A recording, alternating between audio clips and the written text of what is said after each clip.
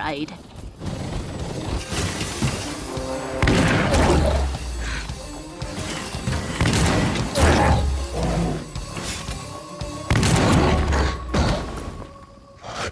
Rotko.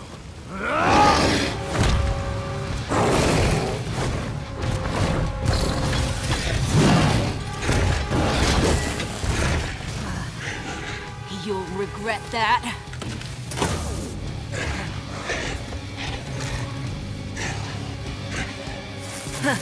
Clever boy.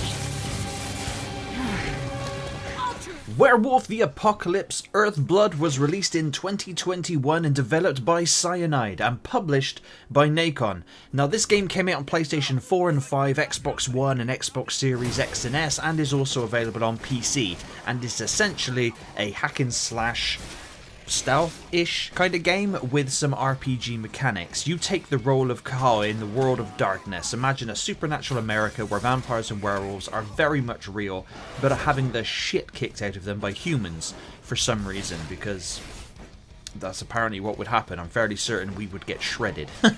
Now, Kahal belongs to the Fianna tribe of werewolves. No, sorry, of course, their class here is Irish werewolves. Silly me, of course, because as we all know, that any chance any American gets to claim that they are even a smidgen bit Irish, they jump on that shit straight away. They couldn't possibly have English, Scottish, Welsh, Dutch descent, or French descent. No, it's mostly just Irish. I mean, I joke, of course, it's all for laughs, it's all good. Calm down. Now, after a gnarly accidental kill of one of his own kind by Kahal, he leaves the pack, and then the game picks up 5 years on, where he's working as a freelance werewolf guy doing werewolf things, sneaking into places, stealing information, that kind of stuff. Now, the story, in all honesty, isn't great, and the voice acting is no better. The gameplay, however, is fine. You can run around, take cover, talk to people, and push buttons in human form, squeeze through vents, track and move fast stealthily as the wolf form, and then absolutely tear the living shit out of people in lichen form, which is where the game is most fun, and they should have leaned more towards the action aspects of the game, because the rest of it is just kind of okay, but when you get to tear it up as an actual big old werewolf, that's where the fun is. But unfortunately, like I said, there's just a whole bunch of mundane wanking between letting loose.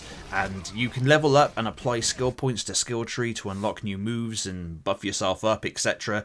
You can use nature to give yourself power-ups, and you have to manage your rage meter. If it gets too full, you go full Hulk mode, and you just kill innocents and enemies alive and just absolutely uncontrollable, which is, to be honest, pretty cool when it happens.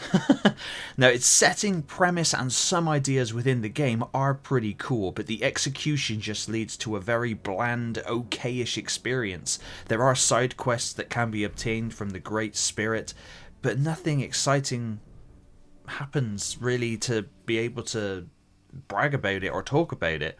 Now, if you can pick this game up for around a $5 like I did, then you may find some fun. However, if you did pay full price for this game on launch, then I am so sorry.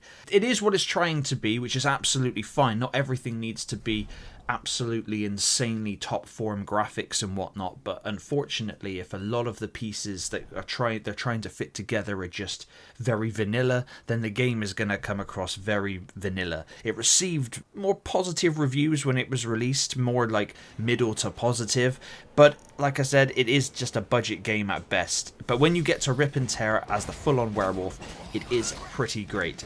And there are, of course, some occasional bugs and glitches here, there, and everywhere. It's not a big old AAA game, and this game now is 3 years old. So I got it, like I said, for a $5, which was quite cheap, and I did have some fun with the game. I didn't do everything in it, I kind of just ploughed on with it. It's not an overly long game coming in. It really, if you want to play one, it took me around about 7 to 8 hours-ish to do, and if you probably want to do the lot, it's probably going to take you between 10 and 20 hours to completely do everything within the game itself. But it's fine. It's fine, and it's a game that I would definitely recommend if you're a werewolf fan. If you are a fan of werewolf movies and games, then yes, you can pull off some pretty cool moves as the werewolf, rip people apart, unlock new moves, grab them, throw them. You can do some really cool stuff, but that's where the game is at its best, is when you are in the werewolf form. Everything else is just kind of waiting to get to that excitement again.